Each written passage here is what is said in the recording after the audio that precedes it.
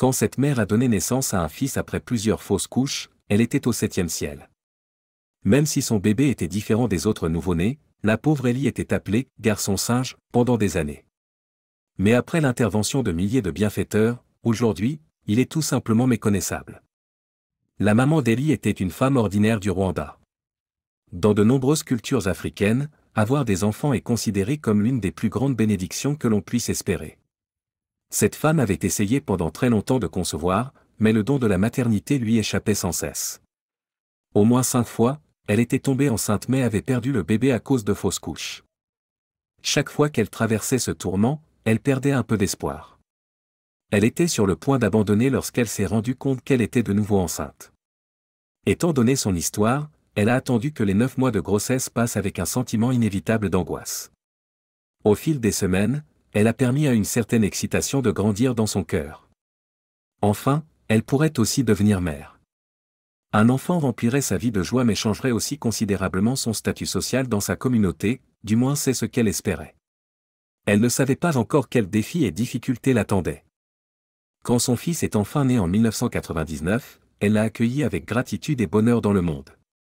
Elle était tellement excitée de le tenir pour la première fois. Son bébé était un peu plus petit que prévu, mais elle était néanmoins reconnaissante de l'avoir. À ses yeux, c'était la plus belle chose qu'elle ait jamais vue, et elle a ressenti un amour instantané pour son petit garçon. Dès le début, il était évident que Zanziman Ellie n'était pas un enfant ordinaire. Bien qu'il semblait assez en bonne santé, il était clair qu'il ne se développait pas au même rythme que les autres bébés. Il avait une capacité mentale moindre mais aussi des traits physiques extraordinaires.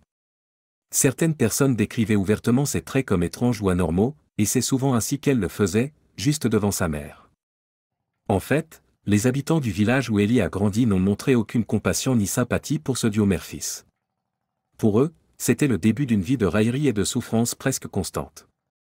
Tout d'abord, cette famille a dû faire face à la perte d'un père et d'un mari. Le père d'Ellie est décédé alors que son fils était encore un nourrisson. La mère célibataire s'est retrouvée sans revenu ni moyen de subsistance, mais elle a dû essayer de nourrir et de s'occuper de son fils, qui avait clairement des besoins spéciaux. Pendant ce temps, personne dans le village n'était disposé à aider. Cette mère a été laissée pour compte, avec son fils. Ellie a finalement été diagnostiquée avec une condition connue sous le nom de microcéphalie. Lorsqu'un enfant naît avec cette condition, il a une tête plus petite que la normale, qui semble trop petite pour la taille du corps. En grandissant, ce déséquilibre devient encore plus visible. Cette condition peut être causée par divers facteurs, comme l'exposition à certains virus ou des facteurs environnementaux et sociaux comme la mauvaise nutrition et les produits chimiques toxiques dans l'air. Les caractéristiques ajoutées comprennent des déformations faciales, des troubles de l'audition et de la parole, ainsi que des capacités cognitives diminuées. Surtout dans les communautés où la compréhension des conditions médicales et de la génétique est limitée, les gens peuvent réagir avec suspicion et souvent cruauté. Bien que Ellie soit rapidement devenu le « Mowgli de la vie réelle », car ses traits faciaux le faisaient ressembler à un « garçon singe », la réaction était très différente. Au lieu d'être admiré, il était traité avec dégoût et mépris. Ajoutant à sa misère, Ellie n'a jamais développé la parole et donc n'a jamais été en mesure de s'exprimer. Il avait également des difficultés auditives qui rendaient sa vie encore plus difficile. Il n'y avait aucun moyen pour lui de se défendre quand les enfants du village se moquaient de lui ou le harcelaient sans relâche. Parfois, ils le poussaient même dans un arbre pour se moquer du « garçon singe ». Malgré tous ces problèmes et difficultés, Ellie était toujours une réponse à la prière aux yeux de sa mère, qui savait qu'elle ferait tout en son pouvoir pour protéger son enfant. C'était devenu sa mission de vie de protéger son fils des railleries et des brimades des habitants. Pour cette raison même, elle passait la plupart de leur temps dans la jungle du Rwanda, cachant son fils aux remarques et à tous les commentaires blessants des villageois. Certains jours, Ellie disparaissait dans la jungle et passait heureusement du temps tout seul, loin des brimades et des railleries. Juste avant le coucher du soleil, sa mère allait le chercher et le ramener à la maison pour un repas chaud et un bain. Bien qu'Ellie ait une capacité cognitive diminuée, sa mère aurait aimé qu'il fréquente au moins un type d'école. Obtenir une éducation de base aurait donné à son fils un coup de pouce pour avoir une vie un peu plus facile en matière de navigation dans la société. Cependant, les brimades rendaient ce rêve presque impossible. Les gens allaient même jusqu'à poursuivre le garçon dans le village. Bien que sa mère ait approché de nombreuses écoles, son fils a été rejeté car les institutions locales n'avaient pas les connaissances ou la capacité pour les enfants ayant des besoins spéciaux. Être diagnostiqué avec la microcéphalie a fait de ce garçon un fugitif.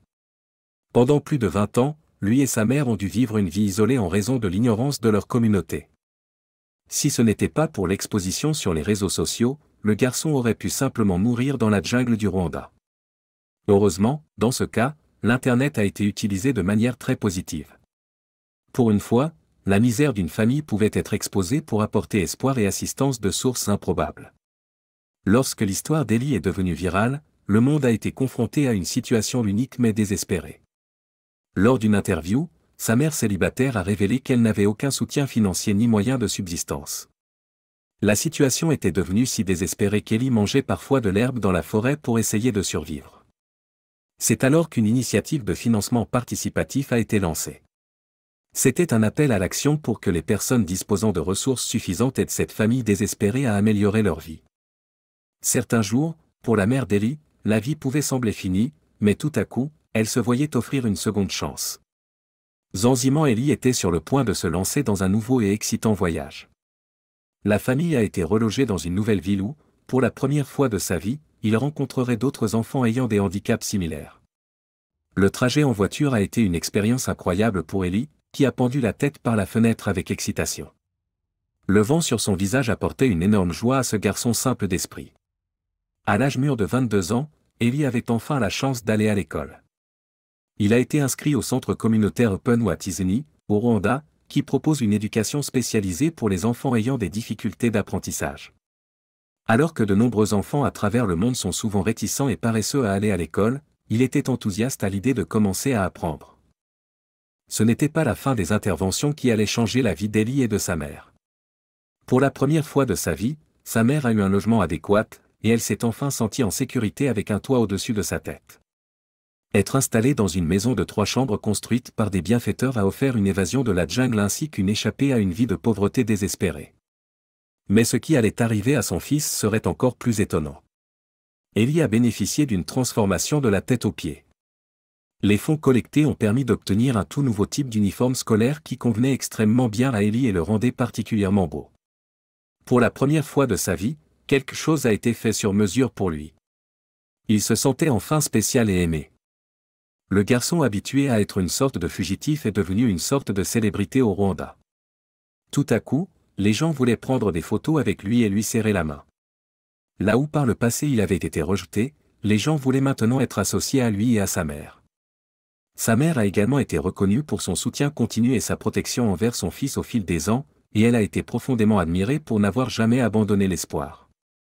Les photos d'un jeune Ellie, couvert de saleté et d'herbe, sont devenues virales, mais les images dans lesquelles il apparaît maintenant sont encore plus choquantes. Aujourd'hui, il est difficile d'imaginer cet homme beau comme le « garçon singe ». Il s'intègre dans la société et a l'air parfaitement bien soigné. Il va toujours à l'école et porte même un costume qui le rend très sophistiqué.